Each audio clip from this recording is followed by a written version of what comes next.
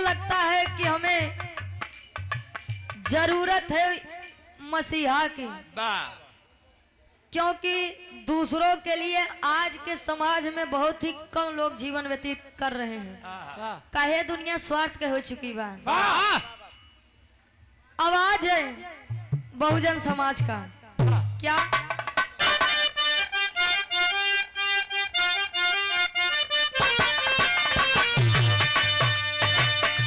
बहुजन के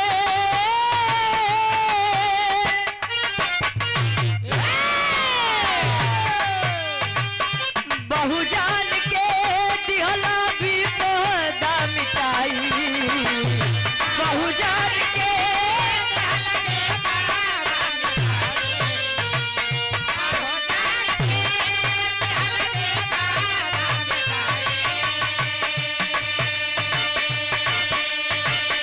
बहुजन के दिहला भी पौधा मिटाई।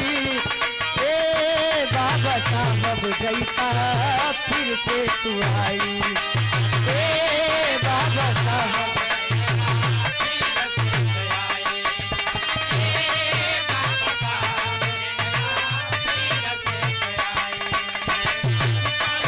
क्या बात है।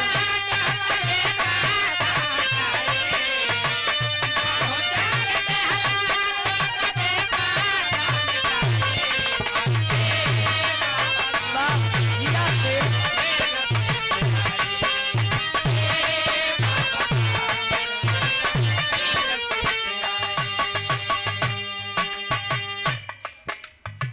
बहुजन के विपदा तू दिहाला मिटाई, ए बाबा साहब जैता फिर से तू आई। समाज आज ऐसे गर्त में डूबा जा रहा है जिसको निकालने के लिए काफी समय निकल जाएगा। देखा है आज के जमाने में जानते सभी हैं लेकिन मानता कोई नहीं है। बाबा अकेले में 2-4 जन बैठे रहेंगे तब वो बात करेंगे, इन सब बातों पर विचार करेंगे, लेकिन समाज में पहुंचते ही धर्म का चोला पहन लेते हैं। अंतरा के पहले अंताल कवि जी बता रहे हैं क्या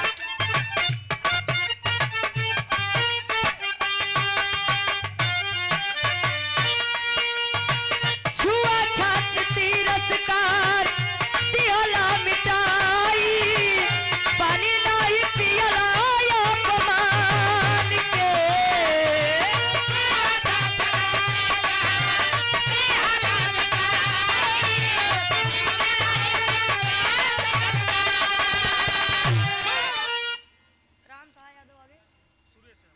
आप आदरणीय श्री राम सहाय यादव जी और आदरणीय श्री सुरेश यादव जी आयर बाजार बिरहा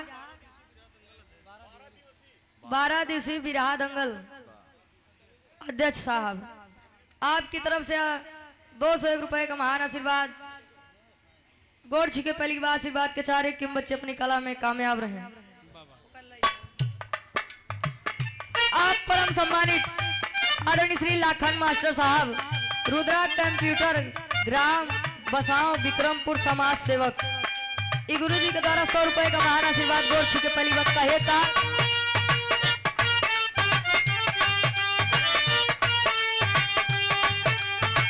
छुआ छूत तिरस्कार दिहला मिटाई, पानी नहीं पियला अपमान के।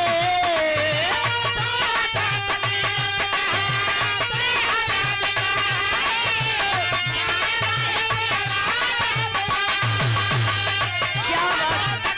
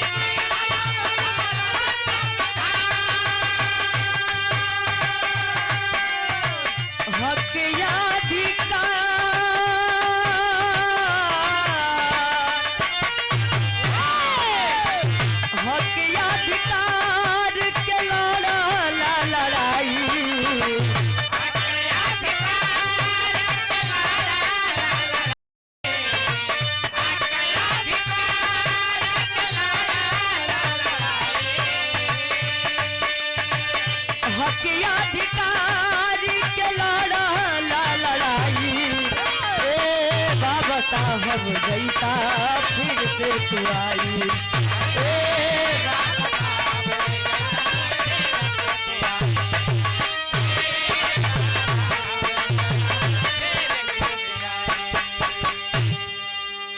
छुआछूत तिरस्कार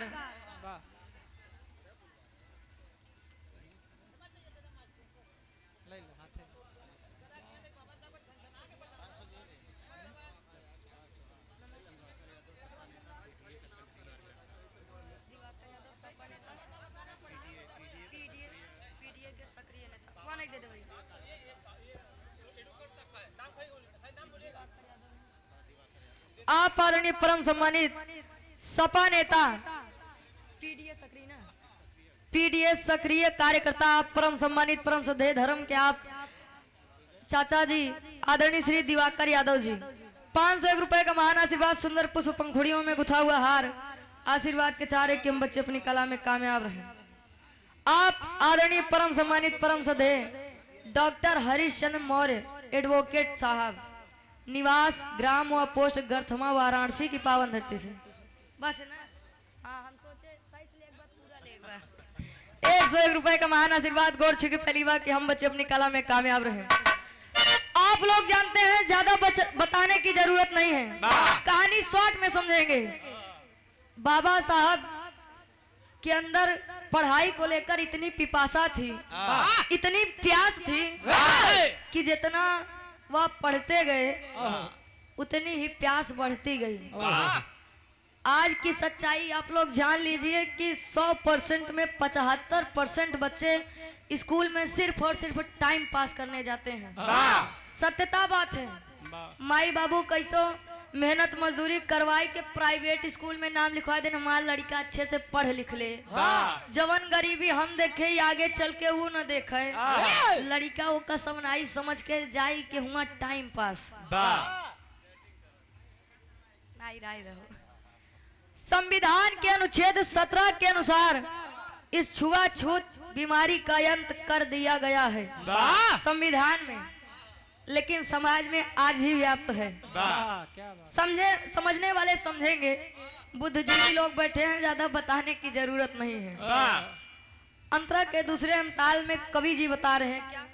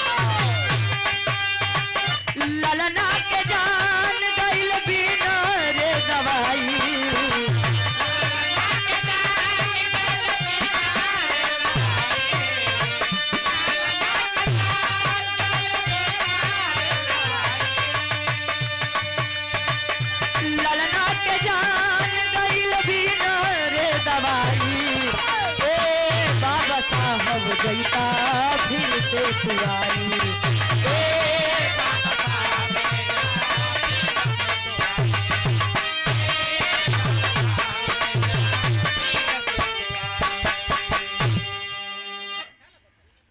शूद्र आखिर है कौन? का हेलो समाज में 15% जनरल और 85% ओबीसी एससी एसटी है, तभी 15% 85% पर भारी पड़ता है। किस लिए? एकता नहीं है। जब अंग्रेज इस भारत देश पर आया तो सिर्फ और सिर्फ व्यापार करने के लिए आया था, लेकिन जब वो देखिस कि यहाँ के लोग आपस में खाइए नहीं, यहाँ इतना रुपया पैसा धन दौलत, पहले हमारा भारत देश सोने की चिड़िया था, अब काबा नहीं पता है। कहे इनमें जब एकता ही नहीं है तो काहे अपना साम्राज्य यहाँ पर स्थापित किया जाए, और हमारा भारत देश गुलाम हो गया। आजादी 15 अगस्त 1947 को मिली। आजादी के बाद बाबा साहब सोचे कि भारत में राजतंत्र चलता था, अब लोकतंत्र चलना चाहिए। हमारे भारत देश का अपना एक संविधान होना चाहिए। भारत का संविधान 2 वर्ष 11 माह 18 दिन में बनकर तैयार हुआ। भैया क्या बात, हम सोचे गलत। और संविधान को बनाने में 63,96,729 रुपया खर्चा हुआ। ये पैसा का मालूम कैसे तय रहा? लिखा भारत देश के लोगों को आजादी देने के लिए, उनका अपना हक अधिकार देने के लिए बाबा साहब न जाने कितनी रातें जागे, ताकि आने वाला हमारा भविष्य सुकून से सो सके। लेकिन जमाना देखिए, सब्जी फुटपाथ पे बिचत बा, जूता शोरूम में रखा बा। अब जूता चाहिए 5,000 खरीदा, चाहिए 10,000 पहिरे, तू पैरन में जाए। और सब्जी कितनी सस्ती कतोस भी ले, लेकिन वो तो जाए अंदर ही ना। सोच बदलिए, इशारों को समझिए, राज को राज रहने दीजिए, ढेर बताऊं ना।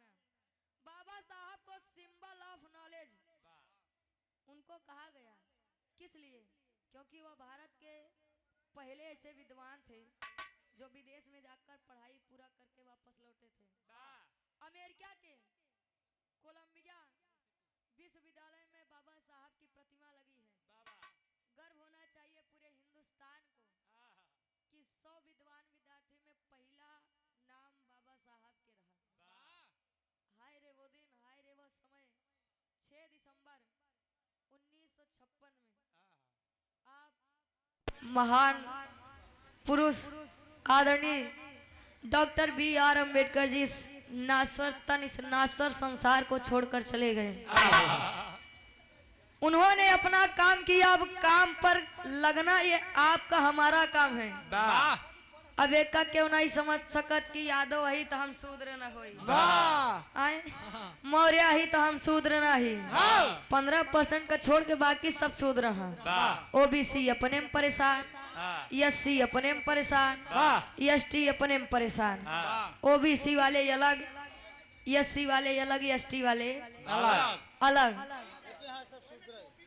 बाकी कितनों केहू लगावे 15% का छोड़ के सब शूद्र हैं। आप आदरणीय परम सदैव परम आदरणीय श्री राजकुमार सेक्टर अध्यक्ष विक्रमपुर बसाओं की पावन धरती से 100 रुपए का महान आशीर्वाद गोड़ छुके पहली बार आगे नहीं खत्म। इसीलिए आप लोग समझिए, जानिए, जागिए। कलाकार का मतलब होता है आपको कुछ नई चीज बताए, नई दिशा में लेके जाए। ढेर न बोलब नहीं तो केहू का खराब लग जाए भैया। तो आप लोग समझिए, जागिए। आखिरी में खानदान का परिचय।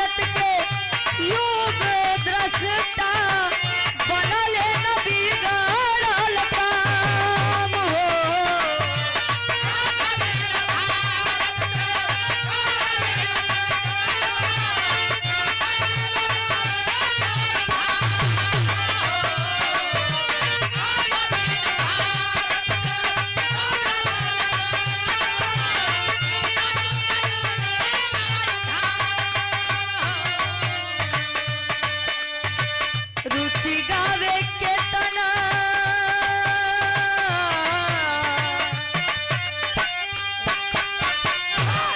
अब रुचि गावे के तना ई आँख भरी आई तो रुचि गावे के तना अब आँख भरी आई ए बाबा साहब जैता फिर से तू आई ए बाबा साहब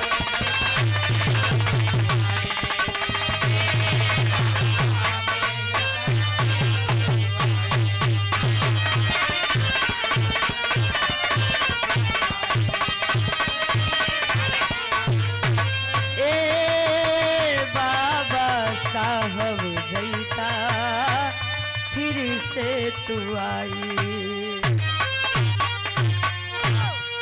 आप आदरणीय परम सम्मानित